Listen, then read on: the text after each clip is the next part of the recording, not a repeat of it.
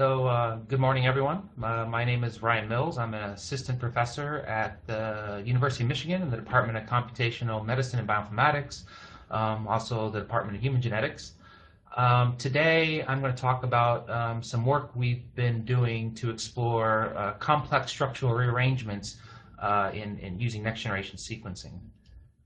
So structural variants are chromosomal rearrangements caused by the deletion, insertion, and just generally shuffling of genomic material of one individual relative to another. Large structural variants have been long associated with microdeletion, microduplication diseases, and are also a hallmark of various cancers. Smaller structural variants, though less well characterized, are thought to play roles in evolution, population differentiation, and disease phenotypes. So when we say structural variation, and this is sort of a basic slide, but just to make sure that everyone sort of is on the same page, we're really referring to the deletion of genetic material relative to one individual, the duplication of genetic material relative to another individual, insertion of genetic material, inversion, where a piece of DNA is actually inverted in orientation, and translocation. Now I say against another individual, but classically we use a single reference to compare to, although you don't have to do this. You can compare it between individuals. So up until recently, we've been limited by the technology that we can assess this, and there was a couple projects about 4 years ago that did large-scale microarray experiments using a CGH technology, and you know, at the time this was sort of the pinnacle of what we could find, and because of the nature of CGH, it was limited to copy number variation, which is a subset of structural variation that's changes of copies of DNA, such as deletions and duplications. And I want to point out that at the time, sort of the smallest amount that we were able to capture was down to 2.7 kilobases in size. Recent paper by 1,000 Genomes on the pilot project a couple years ago actually showed that many variants are smaller than that range. And so there's this still unexplored space as to what types of structural rearrangements there are of individuals relative to each other. So I think most people are maybe familiar with next-generation sequencing by now. I just throw this slide out there sort of as a primer for those who may not be who may not remember exactly how it works. But in essence, you're fragmenting the DNA sequences, and you're fragmenting DNA into fragments, and you're essentially sequencing the ends of that fragment. And so you end up what we call paired ends, and these fragments follow a certain distance, or these paired ends are sequenced from a certain distance of each other based off of the type of library you do. And you can do cool things with this. For instance, you can model the distance between these. And so if you look at the actual distance between a paired end when you align it to a reference or based off your library, you get this distribution, and regions that fall outside this distribution then would be considered abnormal. You also have the idea of sequence coverage, where the amount of DNA you sequence can be categorized, it can be modeled, and you again can find outliers from your expectations. And a third concept is physical coverage, which isn't so much the amount of sequences that cover a particular spot, but the magnitude of the number of fragments that those sequences represent. And so this is really important when trying to find maybe breakpoints of particular events, even if you may not have the resolution to figure out where those are at. And so we can use this information, and we can actually use it in different ways. So for example, this is a small animation showing that you take a fragment of a genome and you sequence it, and you get sort of the expected paired ends. But if there's a deletion there, then you still get the same size fragment, but when you map them back to a reference genome, they're further apart. And so you can use this to infer the location that there's some sort of deleted sequence there. And if you have more fragments that cluster together in the same way, then your confidence that there's a true structural rearrangement there, or structural deletion there, is much higher. You can also use the amount of sequence that's the depth of the sequence for a particular loci to determine whether or not it's following your expectations. So if you have a mean coverage of 6x or 10x, where you expect 10 reads to cross a particular location of the genome, and you find deviations of that where you only see half as much, that could also be indicative of a deletion, although there are other factors involved with this, such as PCR amplification biases and so forth. A third way of finding structural variants is actually sequencing across unique junctions that are made. So in this case, we have a deletion where you have the sides of the deletion that come together to form a unique junction. And the sequence that you observe then can't map back in its whole to the reference genome. So you map it back in pieces, and those pieces can actually figure out where that break occurred because they fall within the sequence that you're observing. And these methods have become a lot more prevalent now that we have larger sequences from the newer sequencing technologies. Back when they were 36 base pairs, it was a little more difficult to do this, but now we have 250 and larger, especially with even the third generation technologies coming down. A fourth approach for finding structural variants is this idea of de novo assembling, where you identify a region where you think a structural break might occur, and you sort of outside of the reference try to piece together the fragment of DNA from the sequences themselves. And then when you map that larger contig back, you can identify individual structures that may not have been you may not have been able to find them from the reads themselves. So these sort of four approaches have really been developed, more in the last 5-6 years, and there's been a number of projects that have used them, that they have been developed as part of. I'm showing here a couple articles from the 1,000 Genomes project, but now there's many others. There's GoNL, there's UK 10K, and it's much larger amounts of sequences that are being analyzed. And as such, there's a lot of discovery algorithms that have been made. There's some in here that have been published almost 7 years ago. Others are more recent, and then they've certainly improved over time.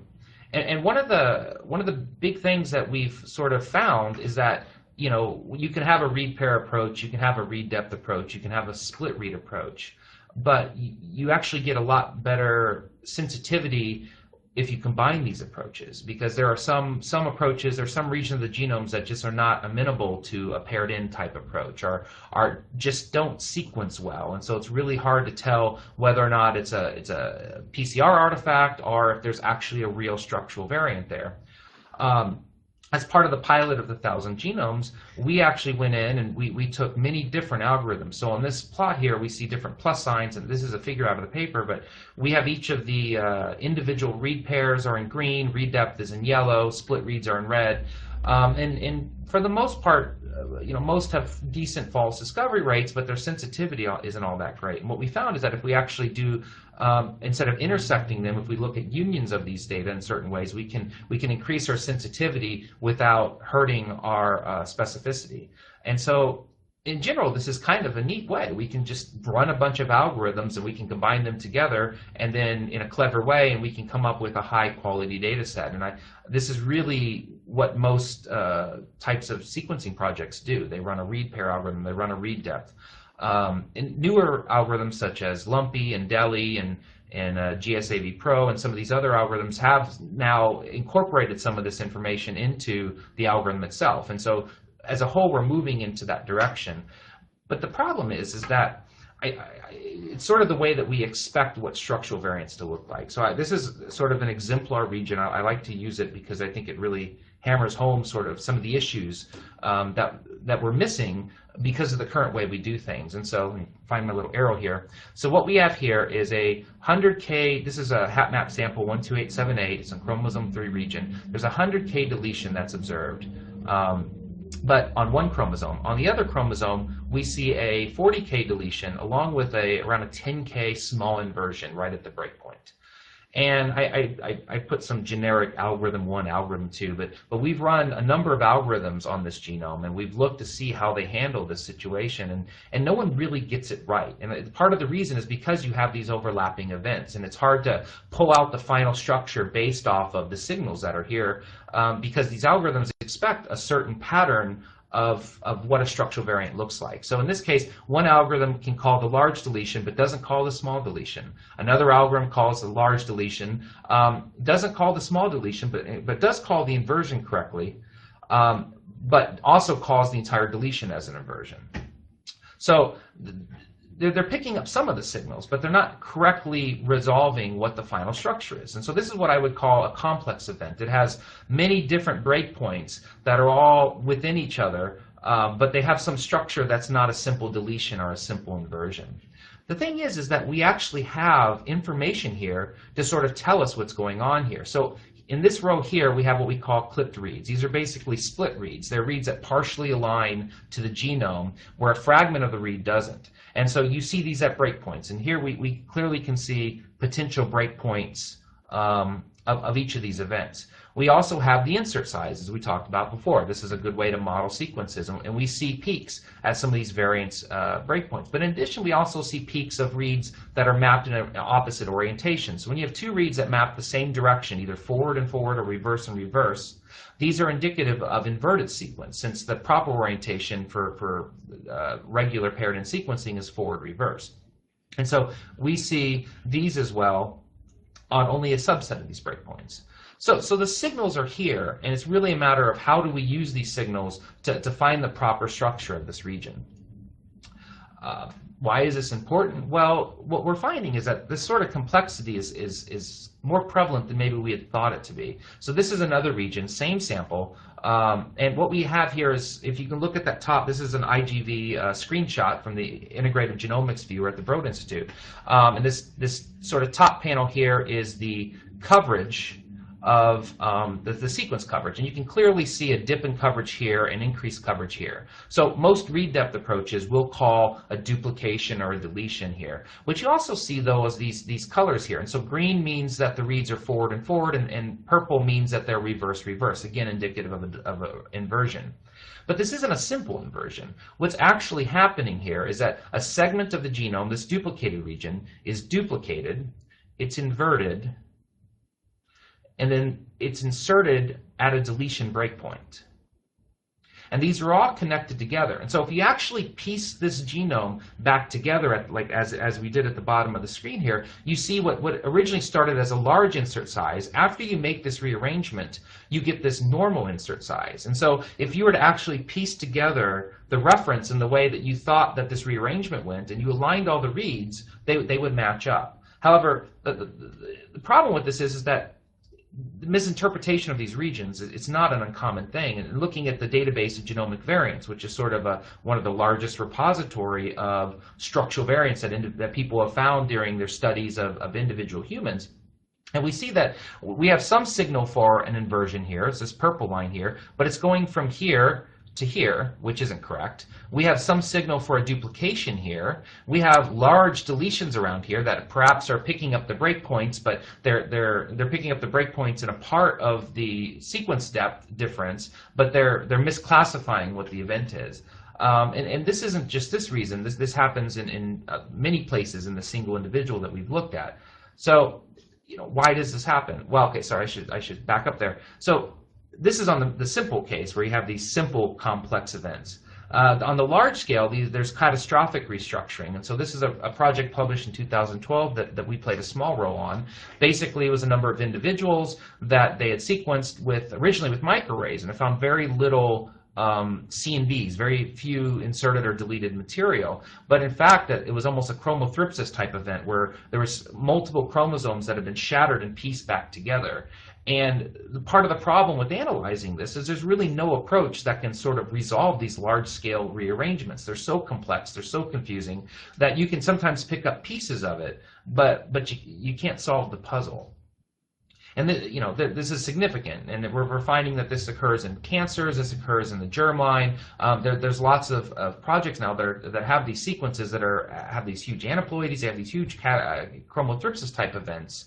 But it's sort of difficult to figure it out, and you end up PCRing up every single breakpoint, and then it doesn't work, and so then you could spend a year just trying to figure out what the breakpoints are for these events.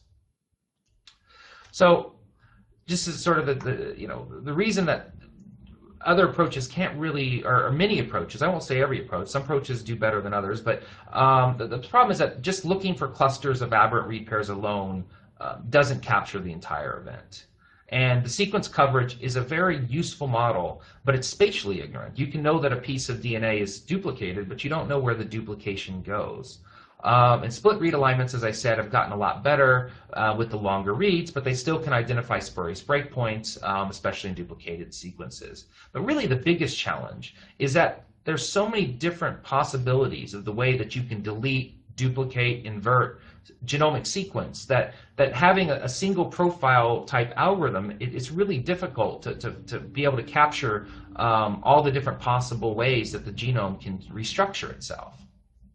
So what we propose is sort of, if we're going to have these types of random rearrangements, and we should apply a randomized approach. And so we've been working on a method, and we call it Selter.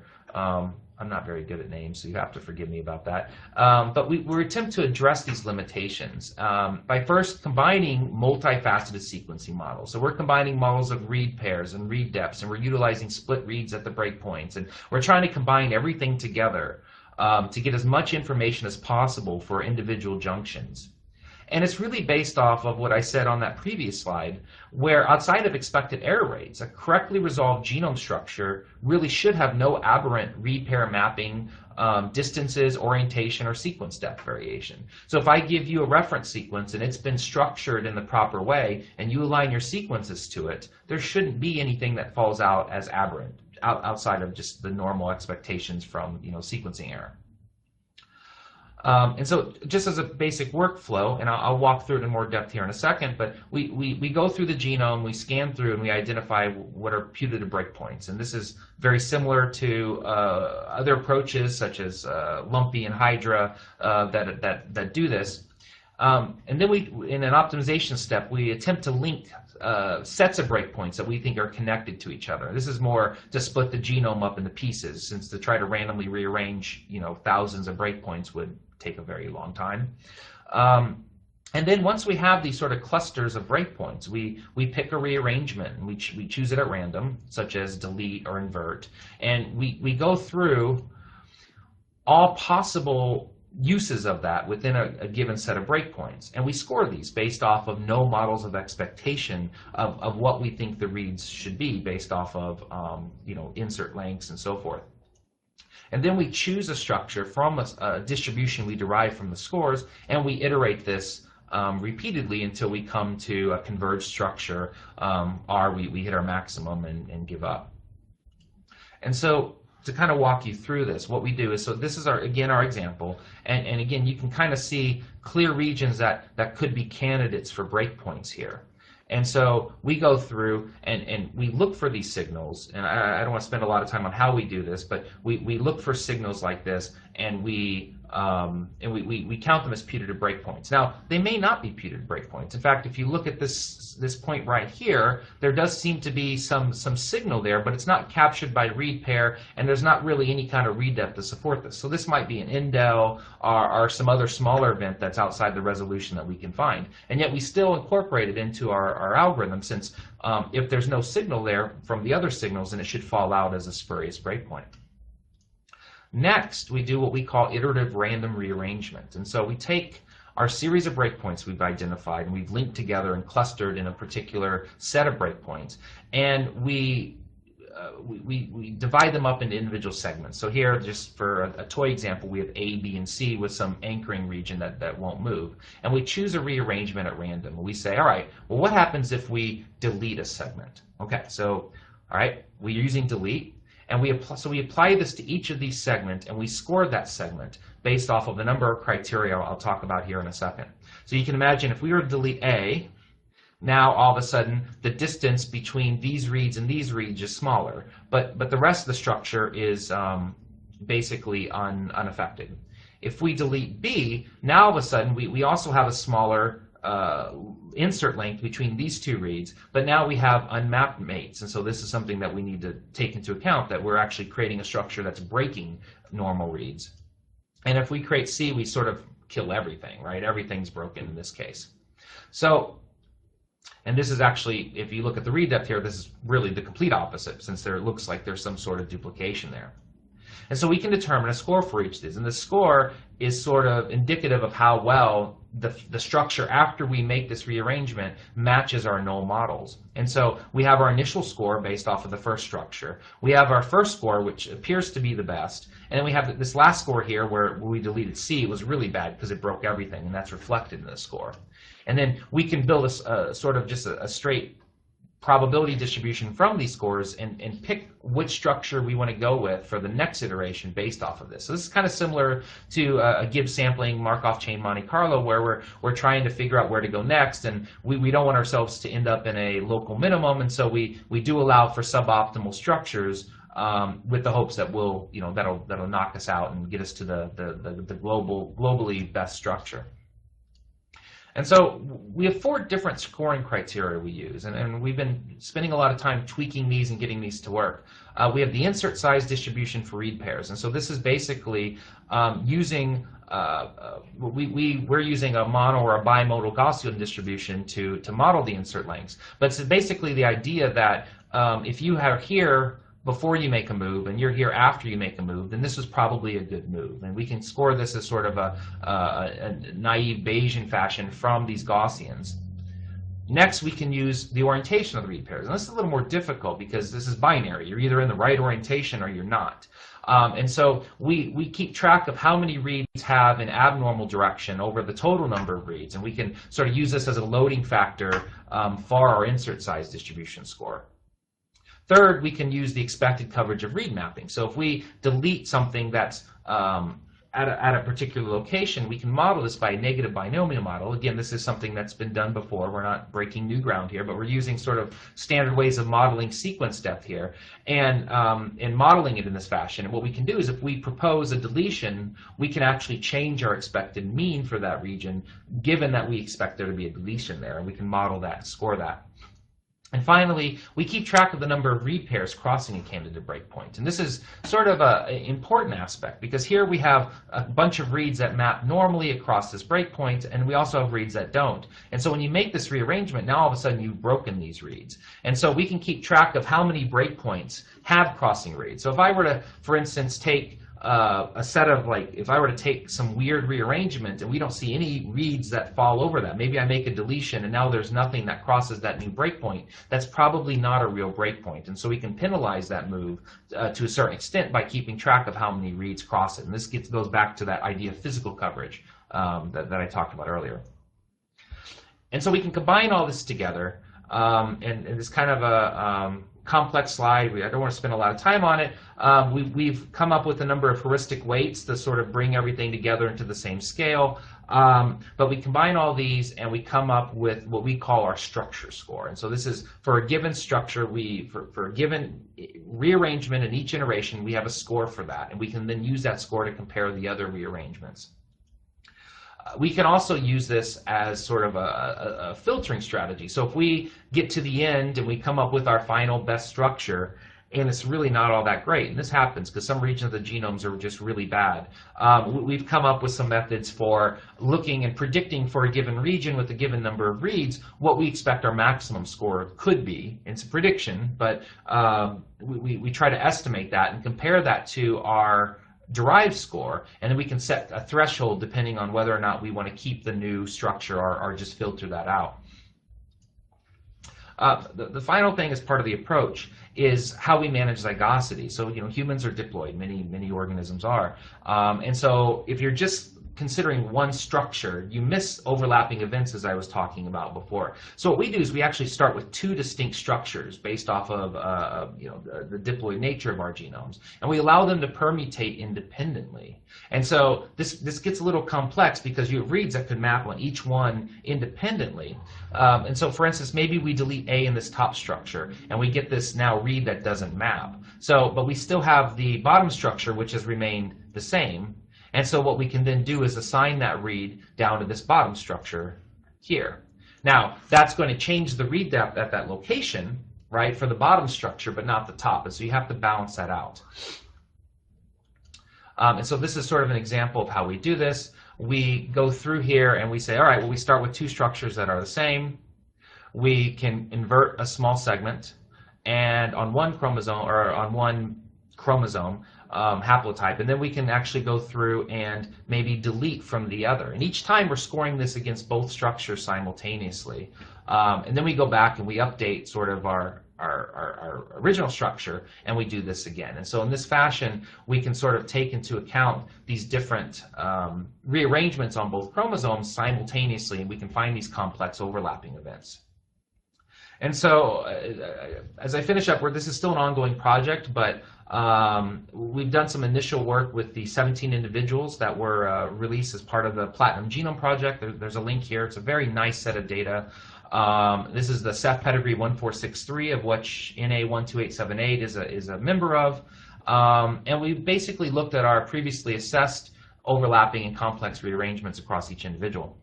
And so this is, again, that first example I showed. And what we see is if we look at this region and how we resolve this across the entire pedigree of individuals. So we have 12878 here. And these, so A is the between this breakpoint and this breakpoint, B is between this breakpoint and this breakpoint, C is between this breakpoint and this breakpoint. And so these segments are indicated down here by different colors. Upside down letter indicates an inversion. And if you look at this across the pedigree, you see a sort of expected Mendelian inheritance pattern, which suggests that we're able to capture these correctly and identify them in each individual. In a similar fashion, if we look at this other example that I was showing earlier, again, we have this sort of spurious breakpoint here, but we call it because of the signal, and we also have these other breakpoints.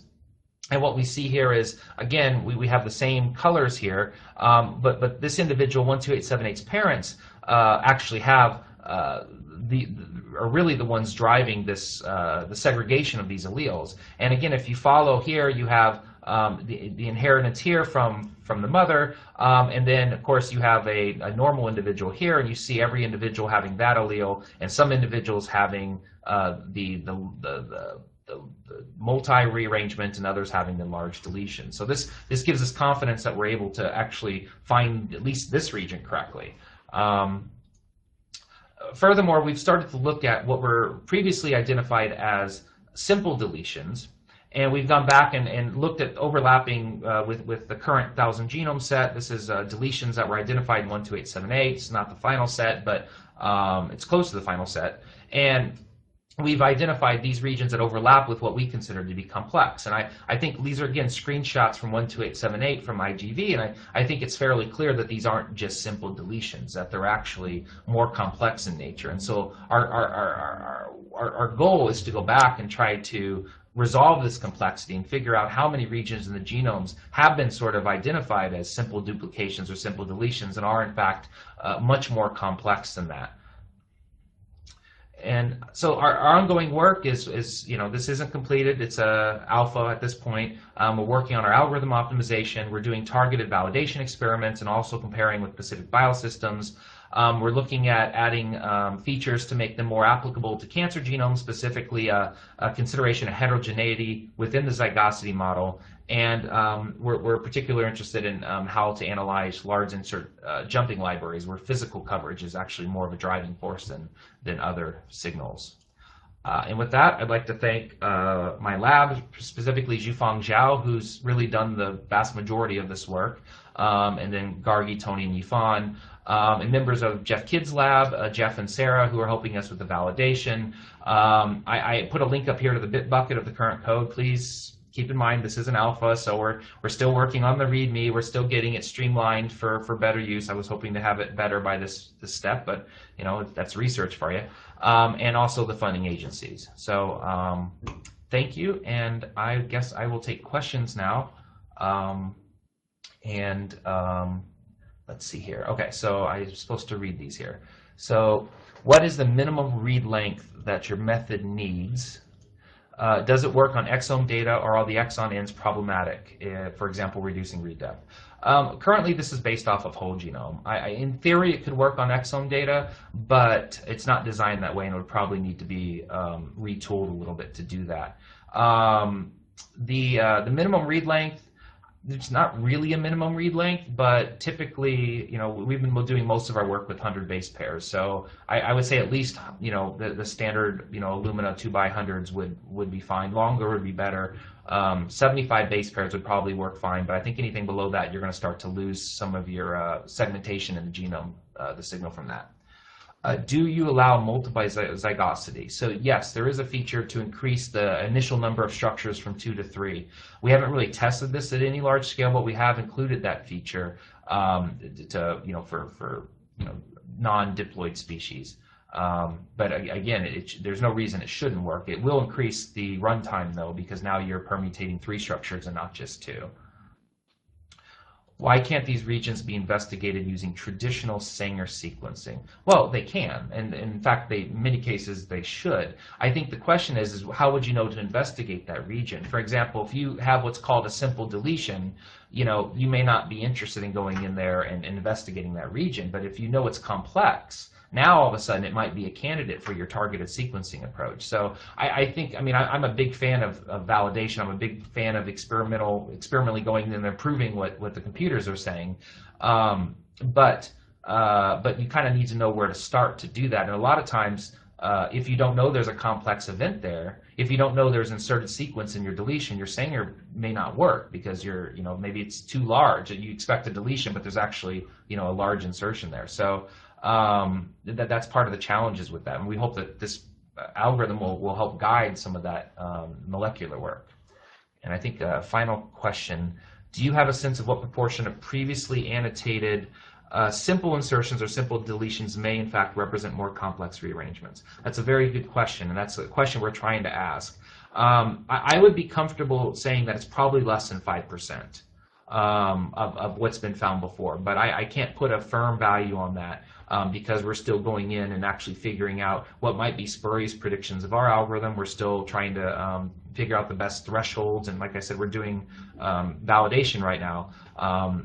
But I would probably say less than 5%. I have observed some really interesting ones though, where you have duplications of exons that are inverted and inserted nearby. What does that do to splicing? What does that do to isoform regulation? I have no idea, but I think these are very interesting things that can be explored. That without knowing where that duplication inserts, or even that it's an inverted orientation, it could cause a hairpin. It could do all kinds of crazy things. So hopefully we'll have a sort of new universe of things to explore.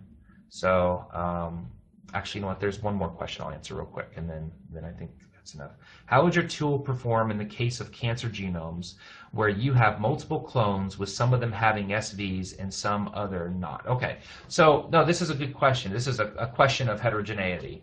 Right now, it probably wouldn't perform very well, but the way we've been thinking about this, because really this would be a main application of the software, and what we'd like to do is adjust how we're handling our zygosity to handle that you could have multiple structures at the same thing. So basically, instead of having 2 structures to start with for a diploid genome, you could have a 3rd structure that you weight a little differently. And so maybe your expected coverage on that structure is a little different, right? Depending on the level of heterogeneity that you're exploring. So if you're expecting, say, 10%, then maybe you would expect, instead of a 50-50, you'd expect a 40-40 or a 45-45-90, and you would allow that 3rd structure to permutate for that. It's certainly a challenge, and we're working on optimizing the algorithm first and then adding these features to it. But in theory, it should work. It's just a matter of tooling it the right way. So I guess with that, I'm out of time, and thank you all for attending. I appreciate it. And if you have any other questions, I believe they can still be asked. I think there's an option to send them to me through the system, so I'm happy to answer anything. And again, if you like, check out the algorithm. It's not complete, but we hope to have something in the next couple weeks that's a little better a little more user-friendly. So thank you very much.